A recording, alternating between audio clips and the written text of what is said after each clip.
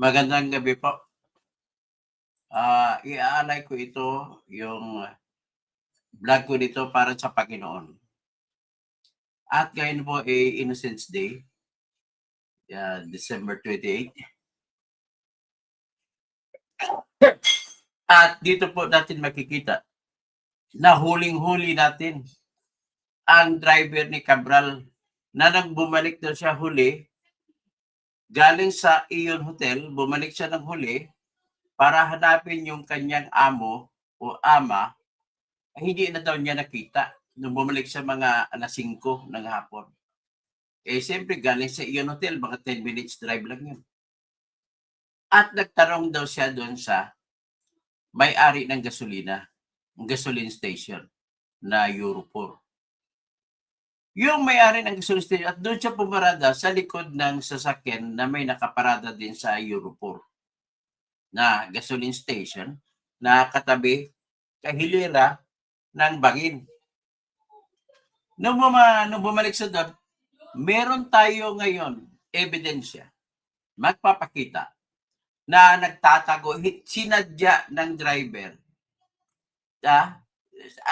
Sinadya talaga ng driver na kunwari naghanap siya at hindi niya nakita, pero nandoon lang si Cabral. Nandoon lang po. So, ibig sabihin, nagdadagdag naman ito na ebidensya na talagang buhay si Cabral hanggang ngayon. Ito po ang ating Ngayon, nanghiram ako kay Bagong Lipunan ng kanyang, kasi ang galing ng analysis niya. At doon kumuha rin ako ng tinatawag na aking extrapolation. Pakinggan muna natin si Bagong Lipunan, si Kakaloy. Ito siya. So, itong presentasyon niya, pinapakita ni Kakaloy itong gasoline station. At yung may jeep doon sa likod, may sasakyan doon sa likod, doon pumarada yung itong sasakyan ni Cabral na ginamit sa likod. So, bumalik, ito yung oras which was alas 3:25 ng hapon and 22 seconds ay bumalik yung driver ni Cabral at hinanap niya si Cabral. At nagtanong siya sa gasoline station dito. Pakinggan natin si Kakaloy. Yung posisyon niya doon nakaupo. Kitang-kita talaga. From gas station, makikita mo si Cabral kung nakaupo siya. Okay? Pinakita ko na rin yan sa inyo. At even yung mga media, di ba sinabi nila, matatanaw mo talaga si Cabral kung nasa gasoline station ka. Ayun, yung driver, tapos dito yung gasoline station. Yan. So, kung nandito ka sa gasoline station, makikita mo si Cabral. Okay? Ikaw mo na, may nagsabi dito na si DM Blue, black screen, paki-restart mo po yung ulitin ko. Paki-restart mo po yung YouTube para makita mo. Paki-restart mo po. Iulitin mo. Okay, ibabalik ko yung aking ang aking presentation. Umpisa natin sa medyo malayo. Ito. Umpisa natin sa point kung saan huling nakita ko na nakaupo si Cabral. Yan. Huling nakaupo yan dyan sa may bilog. Ha? Kanina black screen. Sige. Nakaupo daw si Cabral dyan sa may bilog. Ulitin natin dito ang discussion ni Kakaloy. Pero doon sa dulo, sa likod din ng van na yan, makikita mo sa kabilang poste, andun yung gasoline station. So, kung nandito si Cabral, kung pinuntahan ng driver, makikita ng driver. Ang oras ay ito, 15:25:37. Ibig sabihin, alas 3:25. So, kung alas 3, kung totoo yung kwento niya, bubalik siya, hindi niya kita, nagsinungaling siya. Pakinggan natin si Kanoy. Sakyan, okay, na ginamit ng driver at napag-alaman nga natin base din nun sa consular na may-ari ng gas, okay, nung dumaan ito dito mga kalays, okay, para medyo malinaw sa mga bago pa. Okay? So, eto nga, yan. Okay? Yan yung driver, di ba? Yan o, ito yung sasakyan. Yan. Okay, yan yung sasakyan ni Cabral. And yung witness, okay, na or yung nagtanong sa driver ay yung counselor sa lugar na ito. Di ba? Pinakita ko na sa inyo sa ating previous analysis yung sinabi ng counselor. So, nagpark siya sa likod ng sasakyan na hindi niya makita si Cabral. Kasi kung nandito ka sa site mga kalis, kung walang mga sasakyan sa harap ng sasakyan ni Cabral, makikita niya si Cabral, yung posisyon niya doon nakaupo. Kitang-kita talaga. From gas station, makikita mo si Cabral kung nakaupo siya. Okay? Pinakita ko na rin yan sa inyo. At even yung mga media, di ba sinabi nila, matatanaw mo talaga si Cabral kung nasa gasoline station ka. So, ayun, yung driver, tapos dito yung gasoline station. Yan. So kung nandito ka sa gasoline station, makikita mo si Cabral. Okay? Ano po yon? Fact talaga yon. Okay? So how come ang driver ay nagtatago? Pero in-explain ko na yan sa ating kahapon.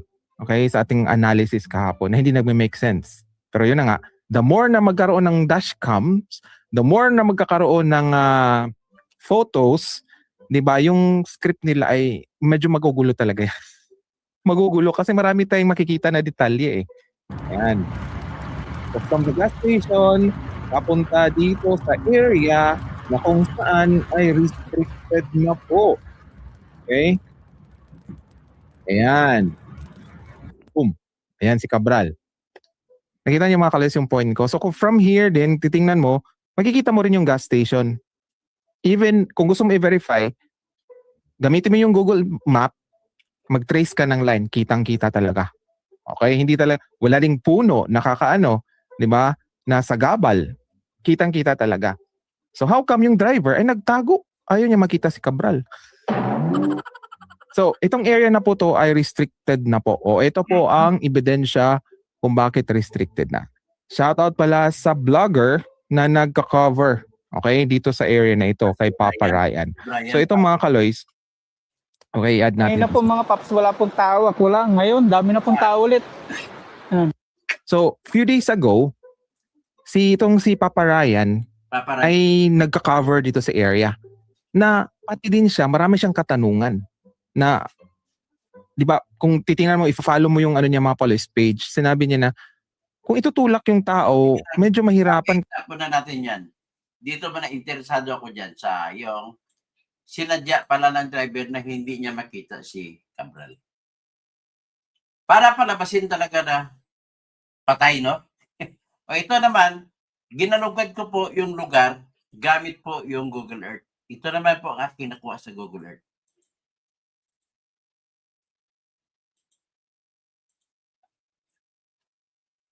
Yan. Kung makita mo Google Earth, ito yung bantay mo, dito yung naupo, dito nakita na umupo si Cabral. So dito umupo, tapos ito yung post na may araw-araw. Tapos pupuntahan natin doon yung tindahan ay ng gasolinahan. Tindahan ng gasolina. Yan.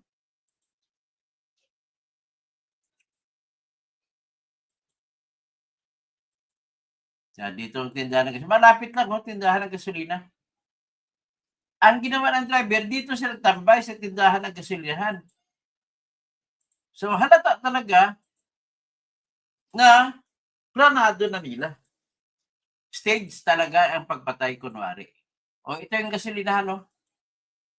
Euro 4, yan ang gasolinahan. Ito yung puno kung saan pamarada yung sasakyan ni Cabral. Ayan, ang store dito, Milos Gas Refilling Station. Yan ha. So yan, ladies and gentlemen. Klarong-klaro na po.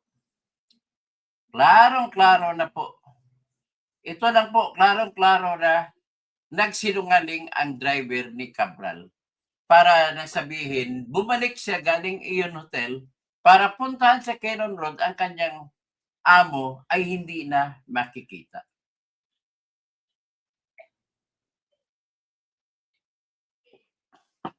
So, naintindihan na ninyo? Fernandez Rafael Cuervo, Senior. Ito na nakita natin, talagang nagkaklaro na talagang kasinungalingan talaga. Ang tanong na lang natin talaga, sinong may interesado magplano? Kasi pwede natin sabihin, sila ni John Vic ang nagplano, yung mga Rimulya. At pwede rin natin sabihin na si Cabral ang talaga gumawa ng plano para hindi lang siya na mabawi sa kanilang bilyon na pera na itago nila. Pwede po, dalawang bagay. Pero ganun pa man, isa lang ang natutukoy natin dito, kasinungalingan ang lahat. So, good day, magsimba tayo ngayon. Inaalay ko ito sa Panginoong Diyos, itong na-discover ko po ngayon. At para sa Niños Innocentes Day, sa ngayong araw. At happy birthday sa lahat na may birthday ngayong araw. Happy birthday na rin sa tatay ng aking asawa na si Esmeraldo How Sr. Sa langit siya ngayon, no? Sana nasa langit nga. Danilo Thailand, na imbag rabi. Na kayo amin, no? Na imbag Maya Pabingi sa lahat ng mga kabalin ko. Maray na banggi sa mga Bicolano. Magandang gabi sa lahat ng mga Tagalog speaking people. Maayong gabi sa tanang nagasulti og Cebuano. Maayong gabi sa tanang gagahambal Ilonggo. Mayad gagabi sa mga mga Karaya. Marayaw Dom sa mga Tausog. Mapia Kagawi sa mga Maranao, Ago Maguindanao. Maradyaw ng Duyom sa lahat ng mga waray-waray. Maupay nga gabi sa mga waray-waray. Tapos marayaw nga Duyom, maradyaw nga Duyom sa lahat ng mga Surigao nun. Okay? Sterlito Pomias, good day. Wala tayong makukuha pang litrato na talagang patay siya, no? So at least nakikita na lang natin dito na talagang halata na talagang sinadya para sabihin na patay na. Okay, ito si Santiago Gualberto. Tumigil na kayo, ay wala to, kakampi to ni Cabral. At Cinderella, sino sinungaling? O si Jacob, wala sa langit. Fernando Ferdinand San Juan, magandang gabi sa iyo, Tirador. Okay, magandang gabi po sa inyong lahat at makita-kita tayo after the church. Okay, si Sorina Jabalya, Assalamualaikum warahmatullahi wabarakatuh sa mga subscribers ko na mga Muslims. Sa mga subscribers ng mga Christian, may God bless you. Inshallah. Okay, hanggang dyan lang tayo. Muna.